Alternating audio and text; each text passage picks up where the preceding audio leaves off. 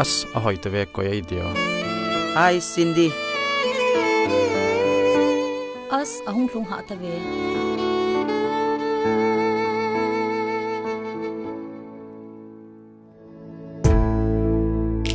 Bai kya na ding nu chu ko hamo.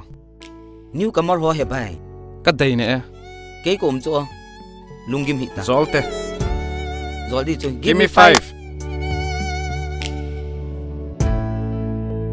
As connect tay kan ke hita hi o. Kya na hi pi na ball hite o. Boy na khan nei lawang kilo me. Tu ta in ma chi holoi hong kit na vin. Tindi ipi na ti ham. Connect tay kan ki dal ha e. Kin na peng o. Ngai hi. Kya o kya.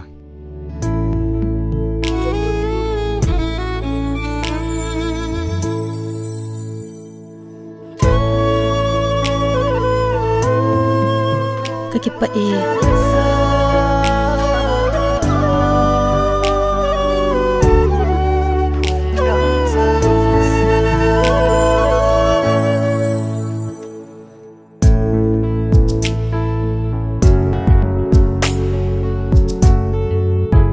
Hello Simon, hungai hon ta dio.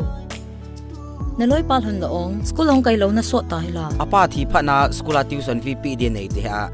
School hong kai te hi weta thing na lang ani te ko ma lo lo wa chi ta chu. Hello Simon, naloi pal hon chi ni pi lo no.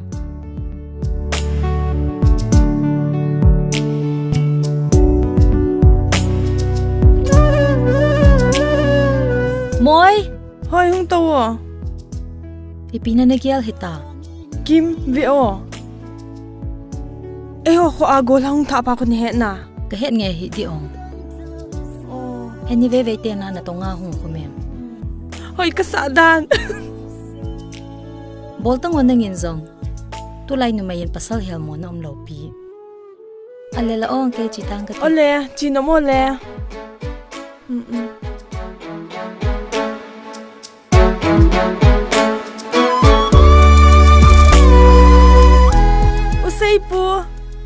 Usay po. Hoy ko me. Na hong ham.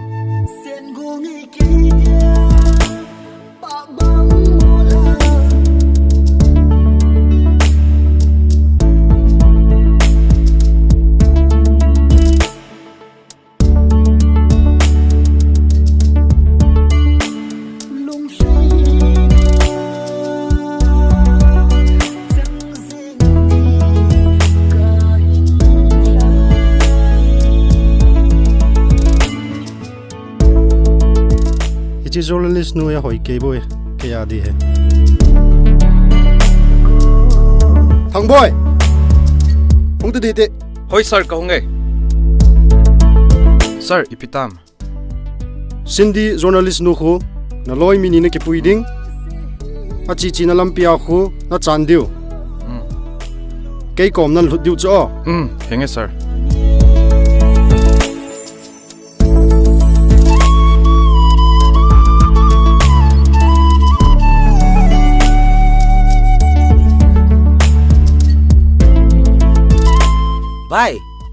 Bye, na hong ham. Tote, ipitu metam. Bye, Cindy ji Phung hi an pi ne ta in sol cho.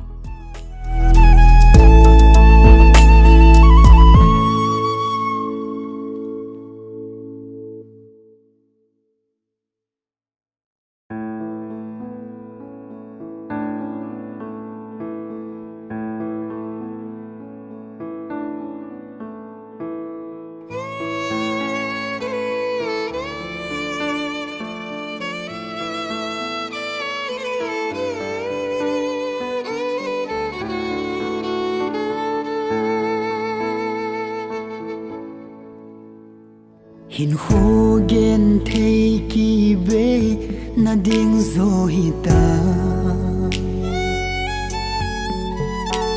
to lo in sung gen thei ka hi ze in ikitip na zong i mol so zo tapo se đi ta cả chân vàng cùng khô in măng dâu nan tem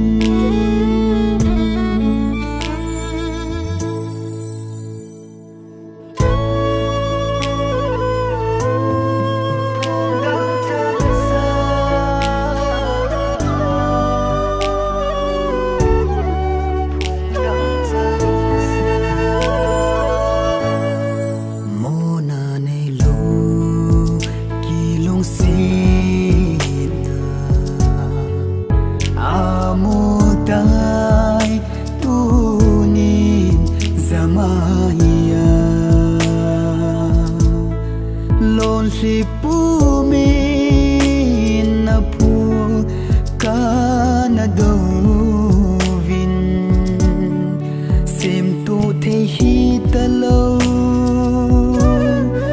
iti in ka ngai na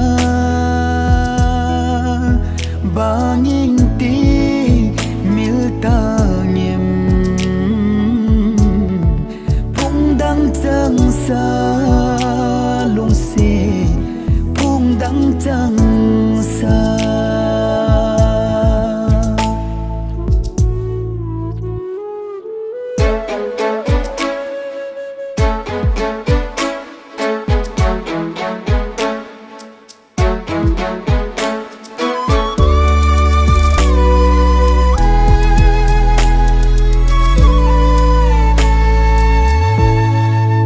sen go ngày chơi dia pa bang mola phung đằng trăng na hitan na phung chân na a na zi na cha lung say na